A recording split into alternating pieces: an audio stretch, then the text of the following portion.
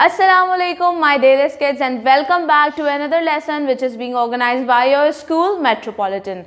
My dear students, today we are going to enjoy a story about Sana. So let's go and enjoy the story.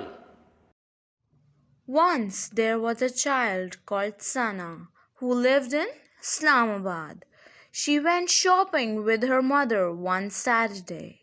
She saw shoe shops, clothes shops, and fruit stalls. Sana's mother bought some bananas, a pair of trainers, and a shirt. At the clothes shop, Sana's mother saw a friend. They talked and talked and talked. Sana was bored. Then she saw a balloon seller with lots of lovely balloons. Please, can I have a balloon, Mom? Asked Sana. Oh, all right, dear, said her mother. She chose a big red balloon. It's beautiful, said Sana. I hope it won't burst. Sana's mother went on talking to her friend. Suddenly, a strange thing happened. Sana's balloon went up and Sana went up too. Help, Mom, she cried, but her mother was talking and didn't hear. Sana was terrified. Up and up went the balloon, and up went Sana. She looked down. First, she saw the road below her. She saw the shoe shop, the clothes shop, and the fruit stall. Help, Mom! Cried Sana again as her mother grew smaller and smaller. Soon Sana couldn't see her mother at all. Oh dear, she thought. I hope the balloon won't burst.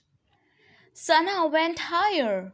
When she looked down again, she saw all of Islamabad below her. She saw the Faisal Mosque, the Parliament House, and the Margala Hills. Oh dear, thought Sana, I hope the balloon won't burst. Sana went higher. Next, she saw all of the Pakistan below her. She saw the snowy mountains of Himalayas and the great Indus River snacking down to the sea near Karachi. Oh dear, thought Sana, I hope the balloon won't burst. After that, Sana and the balloon went even higher, and when she looked down again, she saw far below another big balloon covered with white clouds. It was quiet, still, and very beautiful. She was astonished. How strange, she thought.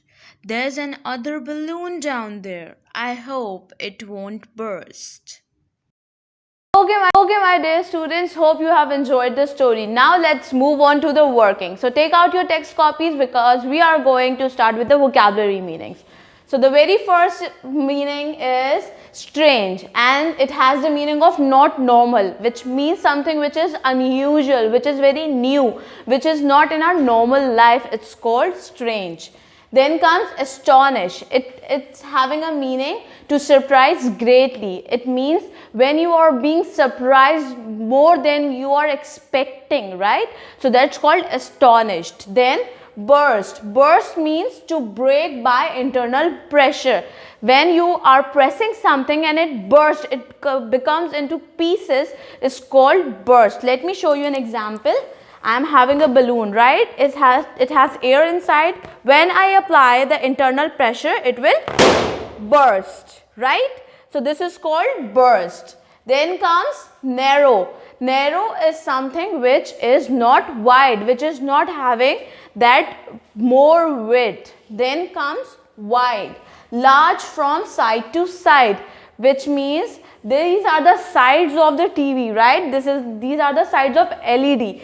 And the area between both sides is large, having a big capacity between the sides are called wide. Then comes track. Track means a mark.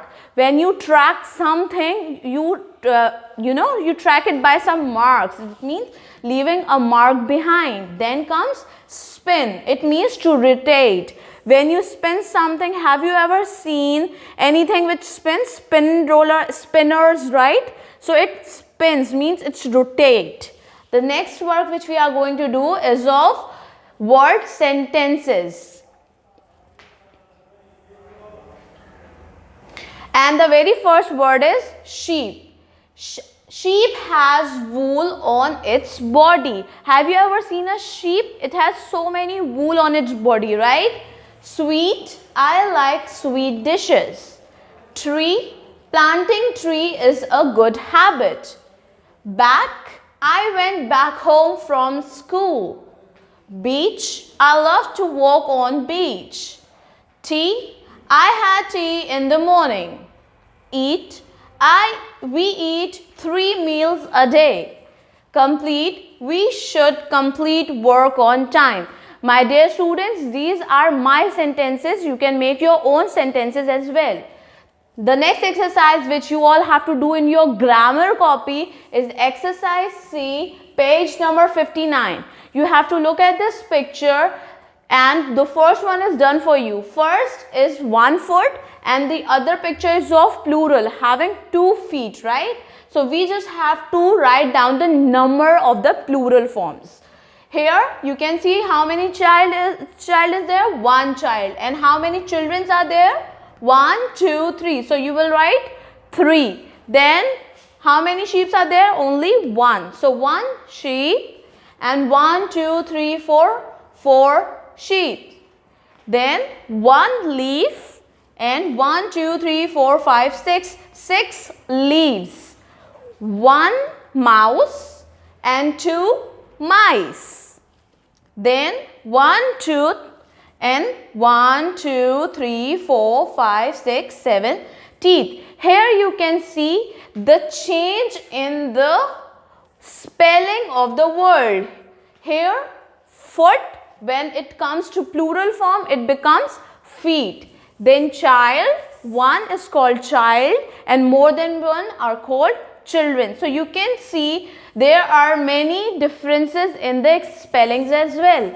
The next exercise is of picture composition, which is on page number 59, exercise B. Here you have to fill this work in your grammar copy again, having this picture on the side.